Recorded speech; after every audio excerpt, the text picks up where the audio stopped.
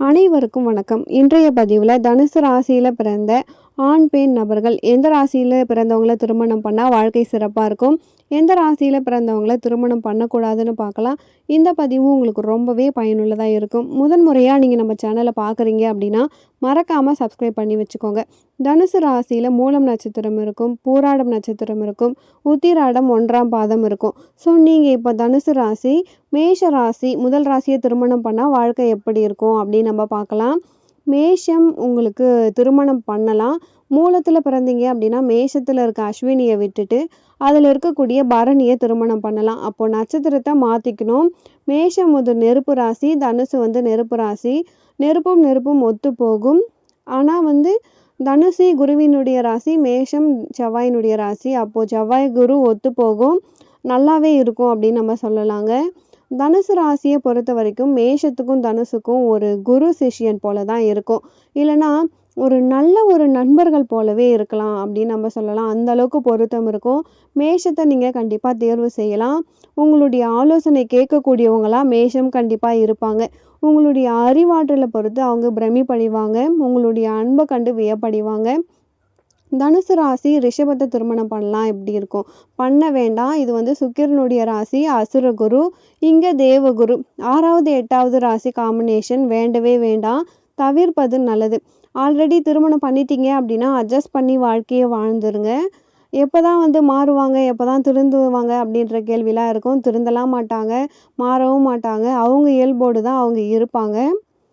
Love வாழ்க்கை இருந்தால் கூட, லவ் பண்ணுறீங்க அப்படின்னா கூட நல்லா பழகி யோசித்த பிறகு திருமணம் பண்ணிக்கோங்க. 6 மாதம் 1 வருஷத்தில் ஒரு முடிவு எடுக்கவே வேண்டாம். தனுசுக்கு மிதுனம் சமசப்தமம்.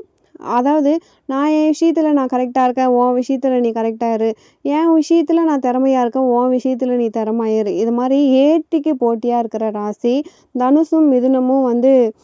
திருமணம் அப்படி இல்லை நண்பர்கள் இப்படிலாம் நீங்கள் போட்டு பார்த்தீங்க அப்படின்னா ரொம்ப நெருக்கம், ரொம்ப அன்பு அப்படிலாம் டெவலப் ஆகவே ஆகாது. நட்பு கூட ஓரளவுக்கு பரவாயில்லன்னு சொல்லலாம். ஆனால் ஒரு பர்சனல் லைஃபு, திருமண வாழ்க்கைன்னு வரும்பொழுது ஒரு எதிர்பார்ப்புலேருந்து சமாதானம் ஆவாங்கன்னா ஆக மாட்டாங்க. வேறு ரேஞ்சில் இருக்கும்.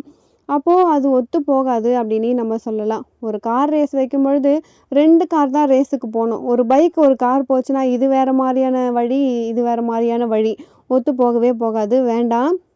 தனுசுக்கு கடகராசி, இதுவும் ஒத்து போகாது. 8வது ராசி கடகம், எமோஷ்னல் டைப்பு. தனுசு உங்களுக்கு நெருப்பு, அங்கே நீர். ஸோ சந்திரன் குரு நல்ல ஒரு குரு சிஷ்யன். ஒத்து போகுமான்னு கேட்டால் ஒத்து போகும்.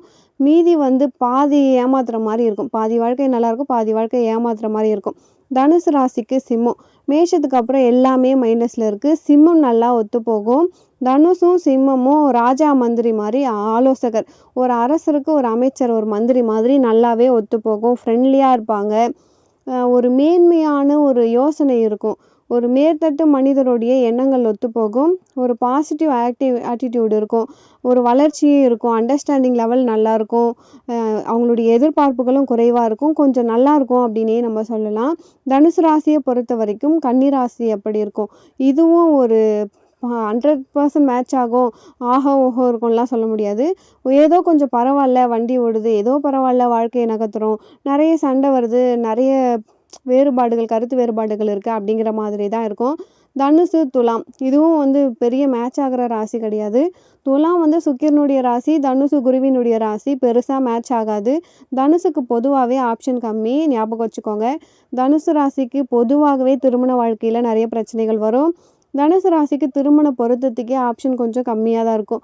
ரொம்ப பார்த்து கேர் எடுத்து திருமணம் பண்ணுறது தான் உங்களுக்கு நல்லது. துலாம் ஒரு நல்ல அட்வைசபிளாக கல்யாணம் பண்ணலாம் அப்படிங்கிற ராசி கிடையாது. பண்ணவே கூடாதா, பண்ண ஏதாவது பிரச்சனை வருமானா அதில் இருக்க நெகட்டிவை நீங்கள் அக்செப்ட் பண்ண ரெடியாக இருக்கணும். குறை நிறைகளை அனுசரிக்கவும் ரெடியாக இருந்தீங்க அப்படின்னா திருமணம் பண்ணிக்கோங்க. தனுசு விருச்சகம். தனுசு ராசிக்காரங்களுக்கு சொல்லது விருச்சக ராசிக்கு அப்படியே கேட்டுட்டாங்கன்னா ஓகே. கேட்கல, நான் என் பிடிவாதத்தோடு தான் இருப்பேன், நான் அழுவேன், நான் பெண்களாக இருந்தால் அழுகுறாங்க, ஆண்களாக இருந்தால் கோவப்படுறாங்க, என்ன சொல்கிறது, ஒரு எமோஷ்னல் பஸ்ட்டு வெடிக்கிறது, அடக்கி அடக்கி அந்த வெடிக்கிறது அப்படின்னு சொல்லலாம். அந்த மாதிரி வெடிக்கிற ஒரு குணம் உள்ளவங்களாக இருக்கீங்க, அதே மாதிரி பழகிட்டீங்க அப்படின்னா இந்த தனுஷோடு விருச்சகம் ஒத்து போகாது. ஏன்னா தனுசு ராசிக்கு பேசிக்காகவே அந்த அளவுக்கு எமோஷனை புரிஞ்சுக்கிட்டு நடக்கிற அளவுக்குலாம் வரவே வராது. அப்போது வித்தியாசமான ஒரு ராசி தான் இந்த தனுசும். அதனால விருச்சகம் வந்து கல்யாணம் பண்ணலாமா அப்படின்னு கேட்டிங்கன்னா கிடையாது. சில டைமில் வந்து மேட்ச் ஆகிற மாரி இருக்கும். அது உங்களுடைய சுய ஜாதகத்தையும் பார்க்கணும். தனுசு, மகரம் பக்கத்து பக்கத்து ராசி. பெருசா ஒத்து போகிறதில்ல. சனி எப்பயுமே வந்து உழைப்பு, அதன் தன்மையே வந்து வேற. சனியின் கேரக்டரே வேற. குரு வந்து எப்பயுமே வந்து கொஞ்சம் மேன்மையா எதிர்பார்க்கும். தனுசு ராசிக்காரங்களுக்கு எப்பயுமே வந்து எதிர்பார்ப்பே கொஞ்சம் அதிகமா தான் இருக்கும். ஒரு தோற்றமா இருக்கட்டும், ஒரு பொருளா இருக்கட்டும், ஒரு வேலையா இருக்கட்டும், ஒரு படிப்பு, ஒரு மரியாதை எல்லாமே வந்து ஒரு ஸ்டேஜ் அதிகப்படியா தான் இருக்கணும் அப்படின்னு நினைப்பாங்க.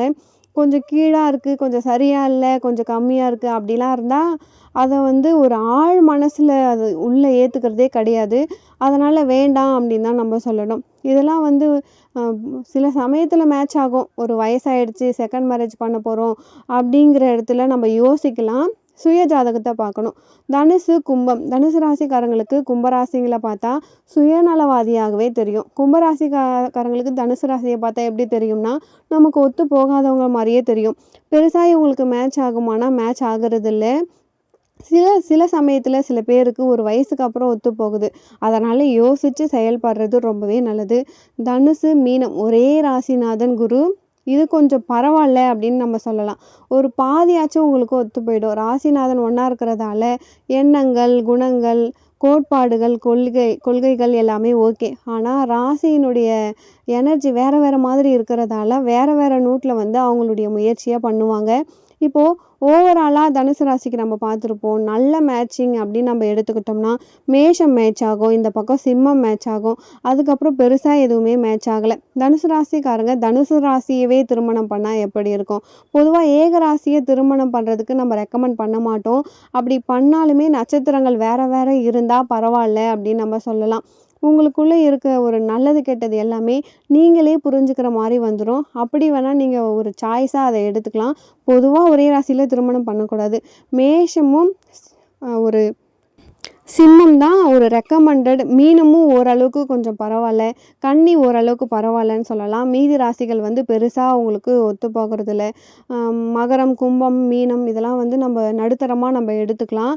கன்சிடர் பண்ணலாம். துலாமும் அப்படிதான், விருச்சகமும் அப்படிதான். பார்க்கலாம். சுய ஜாதகத்த வச்சு பார்க்கலாம். மத்த பொருத்தம், தசா பொருத்தம், லக்ன பொருத்தம் எல்லாமே இருந்துச்சு அப்படின்னா பரவால்ல. ஓவராலா இந்த 12 வாழ்க்கையில, திருமண வாழ்க்கையில சோதனைகளையும், மன உளைச்சல்களையும், சரியான புரிதல் இல்லாத சூழ்நிலையும், ஆரோக்கிய தொந்தரவுகளையும் தனுசு ராசிக்காரங்க தான் அதிகமா வந்து அனுபவிக்கிறாங்க. அதனால தனுசு ராசிக்காரங்க வாழ்க்கைய அவங்க முடிவு பண்ணும் பொழுது, அரேஞ்ச் மேரேஜா இருந்தாலும், லவ் மேரேஜா இருந்தாலுமே யோசிச்சு, பழகி பார்த்து, உங்களுக்குள்ள இருக்க ஒரு அந்யோன்யமான உறவ செக் பண்ண பிறகு, நீங்க திருமணம் பண்றது உங்களுக்கு சிறப்பா இருக்கும். இந்த பதிவு உங்களுக்கு ரொம்பவே யூஸ்ஃபுல்லா இருந்திருக்கும்னு நினைக்கிறேன். மேலும் தனுசு ராசி அன்பர்கள் உங்க வாழ்க்கையில சீரும் சிறப்போடும் செல்வ செழிப்போடும் வாழ நானும் இறைவனை பிரார்த்திக்கிறேன். ஒரு நல்ல பதிவில் மீண்டும் உங்களை சந்திக்கிறேன். நன்றி.